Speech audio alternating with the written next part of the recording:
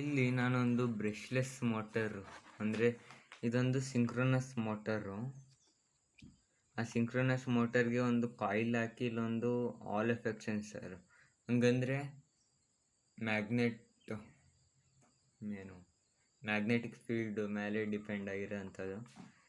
Magnetic field ಯಾವ್ದಾರ ಒಂದು south pole ಏನಾದ್ರು ಬಂದರೆ ಲೈಟ್ ಹತ್ತುತ್ತೆ, ನಾರ್ತ್ ಪೋಲ್ ಏನಾದ್ರು ಬಂದರೆ ಈ ಕಡೆ ಲೈಟ್ ಹತ್ತುತ್ತೆ ಅದ್ರ ಹಿಂದೆ. ಆ ಥರದ ಸೆನ್ಸರು. ಆ ಸೆನ್ಸರ್ ಆದಮೇಲೆ ಇಲ್ಲೊಂದು ಮಾಸ್ಫೆಟ್ ಐತೆ. ಇದೊಂದು ಬ್ರಷ್ಲೆಸ್ ಮೋಟರು. ಏನಾದ್ರು ವೋಲ್ಟೇಜ್ ಕೊಟ್ಟರೆ ಇದು ವಿತೌಟ್ ಎನಿ ಬ್ರಷ್, ಏನಿದು ಕನೆಕ್ಷನ್ ಇಲ್ದಲೇ ರೋಟರು ತಿರುಗುತ್ತೆ.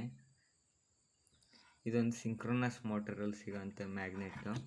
ಅಡೀಲಿ ಒಂದು ಫ್ರಿಕ್ಷನ್ ಆದಷ್ಟು ಕಡಿಮೆ ಇರಲಿ ಅಂತ ಇದನ್ನು ಹಾಕಿದ್ದೀನಿ. ಹಂಗಾರು ಸೌಂಡ್ ಬರ್ತಿತ್ತು, ಅದಕ್ಕೆ ಕೊಬ್ಬರಿ ಎಣ್ಣೆ ಹಾಕಿದೆ, ಇದಕ್ಕೆ ಒಂಚೂರು ಆಯಿಲ್ ಹಾಕಿದೆ. ಈಗ ಇದ್ರ ಸರ್ಕ್ಯೂಟ್ ಡಯಾಗ್ರಾಮ್ ಕೊಡ್ತೀನಿ. ಇಲ್ಲಿ 2 ವೈರ್ಗಳಿದ್ದಾವೆ. ಇವೆರಡಕ್ಕೂ ಎಷ್ಟಾರು ವೋಲ್ಟೇಜ್ ಕೊಡಿ, 3 ವೋಲ್ಟಾರು ಕೊಡಿ, 12 ವೋಲ್ಟಾರು ಕೊಡಿ. ವೋಲ್ಟೇಜ್ ಮೇಲೆ ಸ್ಪೀಡ್ ಇನ್ಕ್ರೀಸ್ ಆಗುತ್ತೆ. ಈಗ ಇಲ್ಲಿ ಯಾವ ಮಾಸ್ಫೆಟ್ ತಗೊಂಡಿದ್ದೀನಿ ಅಂದರೆ ಎನ್ ಚಾನಲ್ ಮಾಸ್ಫೆಟ್ಟು. IRF Z44 ತಗೊಳ್ಳಿ, ಇಲ್ಲ 540N IRF ಅದನ್ನಾರ ತಗೊಳ್ಳಿ. IRF 540N. ಬರೀ ಈ ಥರ ಕನೆಕ್ಟ್ ಮಾಡಿದ್ದು ವರ್ಕ್ ಆಗಲ್ಲ.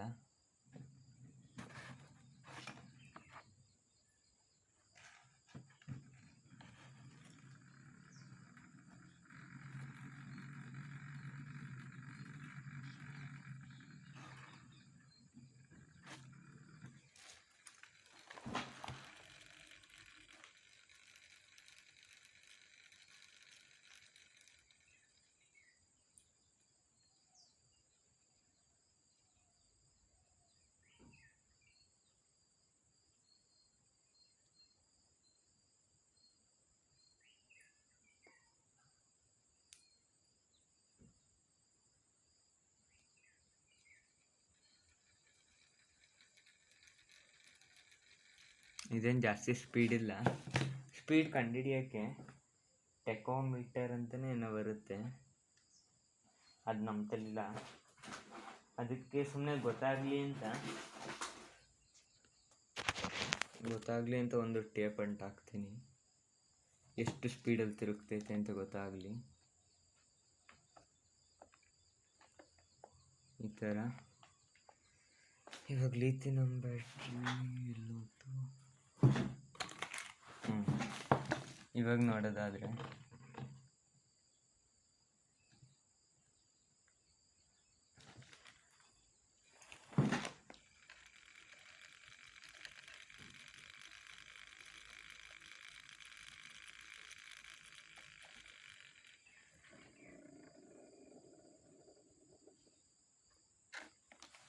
ಈಗ 12 ವೋಲ್ಟಿಂದ ಆಪ್ರೇಟ್ ಮಾಡೋದೆ.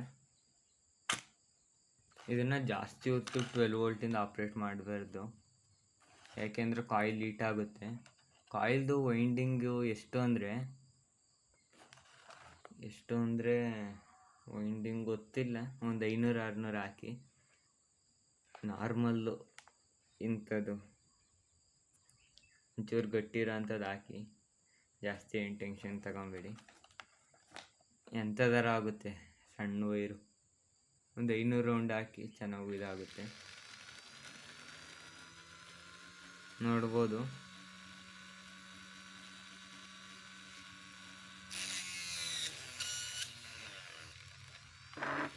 ವೈಟ್ ಕಲರ್ ಟೇಪ್ ಗೊತ್ತೇ ಆಗ್ತಿಲ್ಲ ಐತೆ ಅಂತ. ಐತಾ ಇಲ್ವಾ?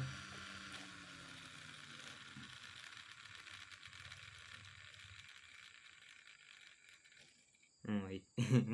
ಗೊತ್ತೇ ಆಗಲ್ಲ. ಹಂಗೆ ಇದು ಕಾಯಿಲ್ ಹೀಟ್ ಆಗಿಬಿಡುತ್ತೆ. ಇನ್ನು ಅಷ್ಟೊಂದು ಹೀಟ್ ಆಗಿಲ್ಲ, ಮುಂದಿನ ಹಿಂಗೆ ಬೆಂಕಿ ಎತ್ಕೊಂಡ್ಬಿಟ್ಟಿತ್ತು. ಅಂದರೆ ಬ್ಲ್ಯಾಕ್ ಕಲರ್ ಕಾರ್ಬನ್ ಆಗುತ್ತಲ್ಲ, ಆ ಥರ ಆಗ್ಬಿಟ್ಟಿತ್ತು.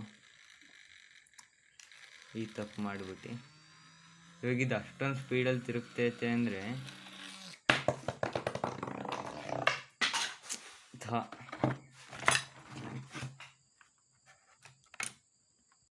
ಆ ಮ್ಯಾಗ್ನೆಟೇ ಸಿಗ್ತಿಲ್ಲ. ನೆಲದ ಮೇಲಂತೂ ಏನೇನೋ ಬಿದ್ದವೆ, ಆ ಮಧ್ಯದಲ್ಲಿ ಎಲ್ಲೋ ಹೋತೋ ಗೊತ್ತಿಲ್ಲ. ಇಷ್ಟೇ ಇವತ್ತಿಗೆ